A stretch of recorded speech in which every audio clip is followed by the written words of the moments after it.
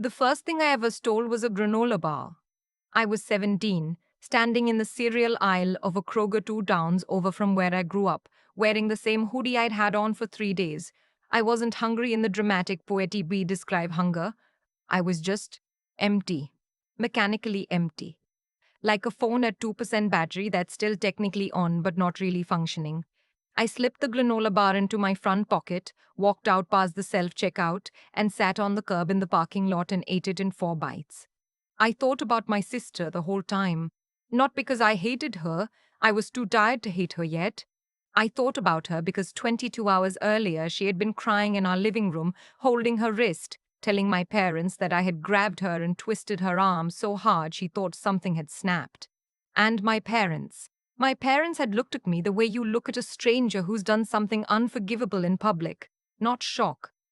Not confusion. Just this cool, immediate certainty. My dad said, "Get your things. I want you to understand something before I keep going. My sister Fiona is 3 years older than me. She was always the one who got the bedroom with the window seat, the one whose school plays my parents drove 40 minutes to see, the one my mom called her easy kid in front of company while I was sitting right there at the dinner table. I was never under any illusion about where I ranked in that house. But I also never thought they would actually choose her over me when it mattered. Not like that. Not when I hadn't done a single thing. What actually happened that night was this. Fiona had borrowed my laptop without asking, again, and I'd asked for it back because I had a paper due. She got annoyed. I reached over and picked it up off her desk. She grabbed my arm to stop me. I pulled away, and she stumbled and knocked her wrist against the corner of her desk. It bruised. That part was real. Everything else she told my parents was a story she built around that bruise. My parents didn't ask me for my version. My mom kept saying, "Your sister is shaking, she's shaking," like that was evidence of something. My dad said he'd seen how I acted around Fiona, that I'd always been difficult, that this didn't surprise him. That part is the one that still lives in my chest sometimes when I'm trying to sleep. This didn't surprise him. Like they'd been waiting for me to confirm something they'd already decided about me. I packed a bag, not even a full bag, a duffel with some clothes, my charger, my retainer case, because I'd had braces for 2 years and I wasn't about to undo that, and I walked out. It was a Tuesday in October, 41 degrees. I called my best friend Tamsin from the sidewalk and she picked up on the second ring and said, "Come here right now," without asking any questions. I slept on her couch for 6 weeks before her mom, who was trying her hardest but was also a single parent with 3 kids and one bathroom, gently told me I needed to figure something out. I was still 17, technically still a minor for 2 more months. Tamsin's mom helped me file for independent student status so I could finish my senior year without my parents' financial information attached to mine. My school counselor, a woman named Ms. Petrakis, who I will be grateful to for the rest of my life, connected me with a transitional housing program for youth in our county. It wasn't a shelter exactly. It was a house with 6 bedrooms and a case manager who helped to make a plan. I moved in on a Thursday in December, 3 days after I turned 18. I graduated high school in May. I had a 3.7 GPA. My parents were not there. Fiona posted a photo of herself at some concert that day, tagged with a location 2 states away. Neither of them reached out. I applied to community college. I got a Pell Grant. I got a small housing stipend from a nonprofit, and I got a job at a coffee shop that paid $11 an hour and let me pick up doubles on weekends. I was exhausted all the time. But it was the clean kind of exhausted, the kind where you fall asleep knowing you earned every hour of rest. I transferred to a 4 year university after 2 years. I majored in social work because I had spent enough time being helped by people in that field that I wanted to be one of them. I want to skip forward because the middle years are long and I don't want to make this about suffering. I worked. I studied. I made friends who became family. I found a therapist who helped me understand that what happened to me had a name, scapegoating, and that it wasn't a character flaw I'd been born with. I graduated with my bachelor's. I got my MSW 2 years later. I started working for a child welfare agency in Portland, Oregon, the city where I'd rebuilt myself from nothing. And I was good at my job. I was very good at my job. I am now 31 years old. I have a two-bedroom apartment that I chose because the second bedroom gets afternoon light and I use it as an office. I have a rescue dog named Mizo who is part Koji and part something the shelter couldn't identify. I have a savings account and a 401k and a group of friends who would drop everything for me.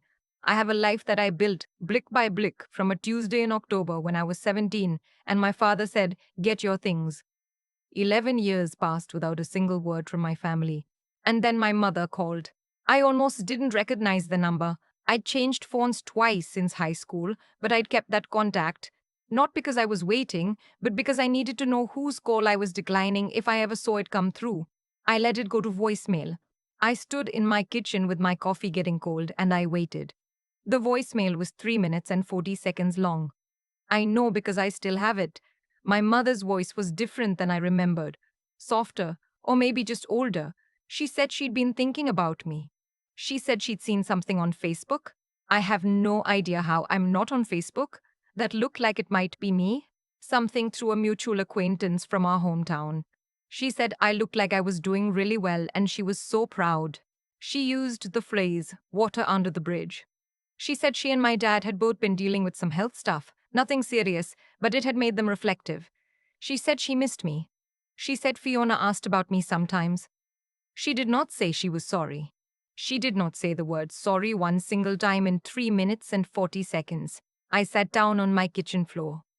Miso came and put his chin on my knee. I stayed there for a while.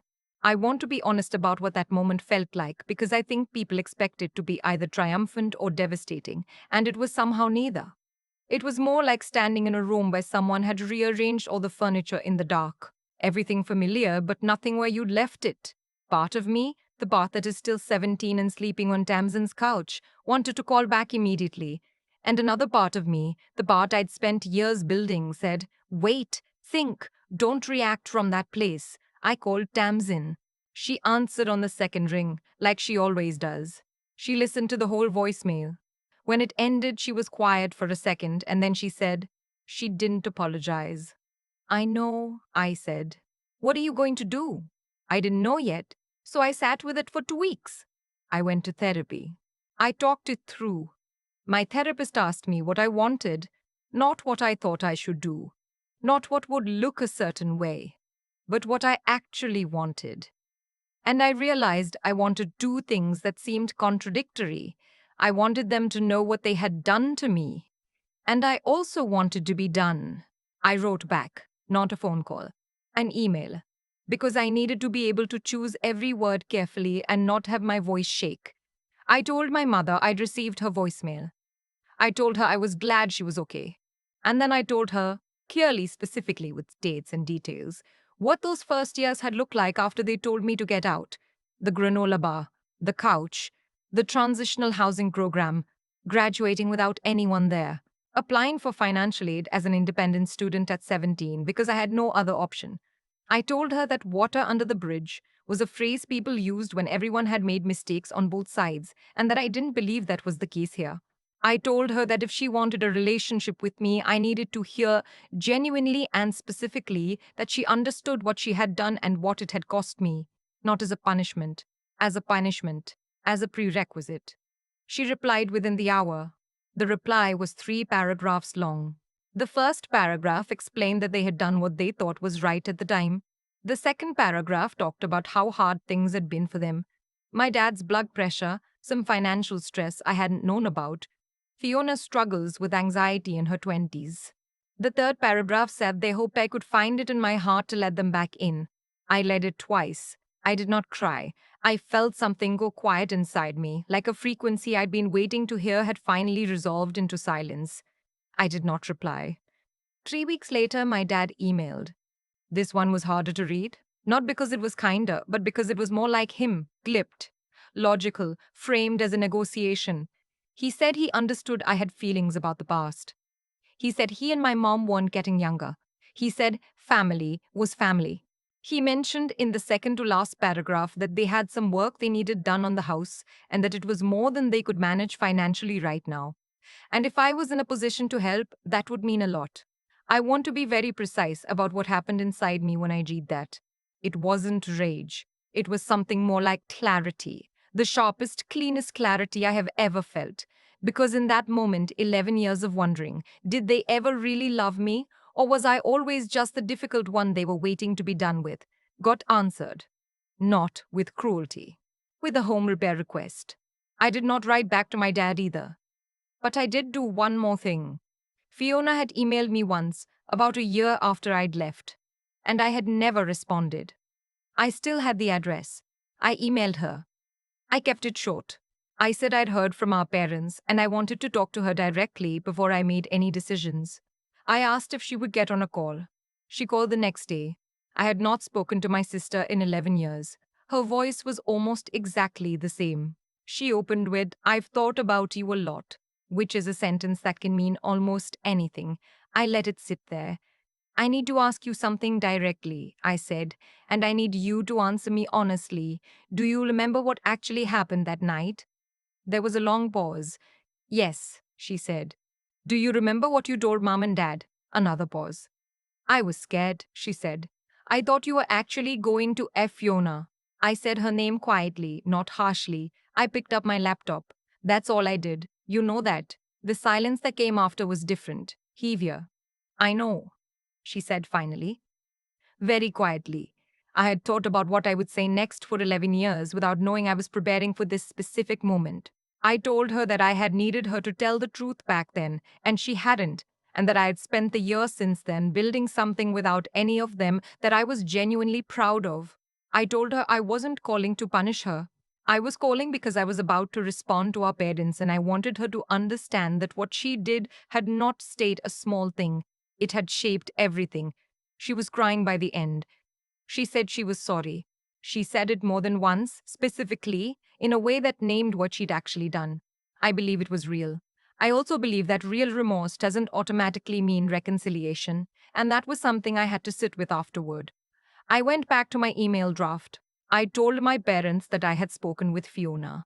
I told them I knew, and Fiona now knew I knew what had actually happened the night they asked me to leave. I told them I had built a full life without them and that I was at peace with who I was.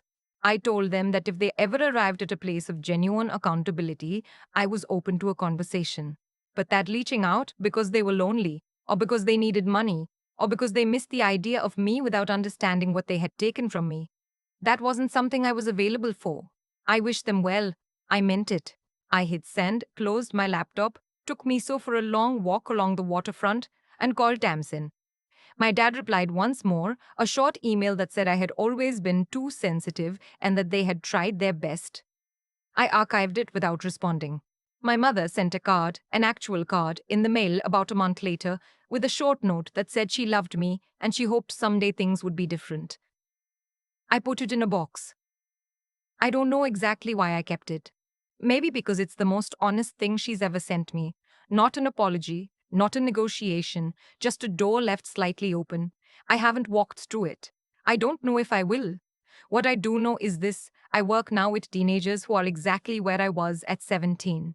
Some of them are in transitional housing, some are couch surfing, some have been told in various ways that they are too much, too difficult, too easy to walk away from. I sit across from them in conference rooms and waiting areas and occasionally on curbs, and I tell them the truth, which is that the story doesn't end here. That the people who let you down at your most vulnerable don't get to author the rest of your life unless you hand them the pen. I don't tell them my story every time. Some days I just show up and help them fill out a FAFSA, or drive them to a job interview or make sure they know their rights. But I think they see something in the way I move through the work, some proof that what they're in the middle of is not the whole thing. That there's a version of this where they're 31, and their dog is asleep on their feet and they chose every piece of the life around them. I think about the granola bar sometimes. I think about how I stood at that checkout and felt invisible and ashamed and small. And I think about how that girl, cold, exhausted, alone, managed to keep going anyway, not because someone rescued her, because she figured out one slow step at a time that she was worth the effort of her own survival. They didn't believe that. I do. That's the whole story. I've thought a lot about cause and effect since all of this happened. Not in a mystical way, not in a what goes around comes around way that people stitch onto throw pillows. I mean it in the most practical sense possible. The things people do leave marks, and those marks travel further than anyone expects when they're making the decision. My parents made a choice when I was 17. They chose to believe a story without asking for mine. That choice didn't just affect one Tuesday night, it shaped the next 11 years of my life, and theirs too, even if they didn't feel it the same way I did. I had to become someone who could survive without a safety net, which turned out to make me someone who knew exactly how strong she was. They lost a daughter and didn't seem to notice until her absence became undeniable. That's not poetic justice, that's just what happens when you treat people as disposable. Eventually, they stopped being available. Fiona is the one who surprised me most. I spent years thinking of her as the villain, and I don't think that framing was wrong exactly, but it was incomplete. She was a 20-year-old who made a terrible decision and then had to live inside it for 11 years. When she finally said, "I know," on that phone call, quiet, no excuses, I understood something I hadn't before. Carrying a lie that size costs something too. I'm not saying it costs as much as what I paid, but it costs. The courage it took her to say it out loud, finally, is the only thing from that family that I've chosen to keep.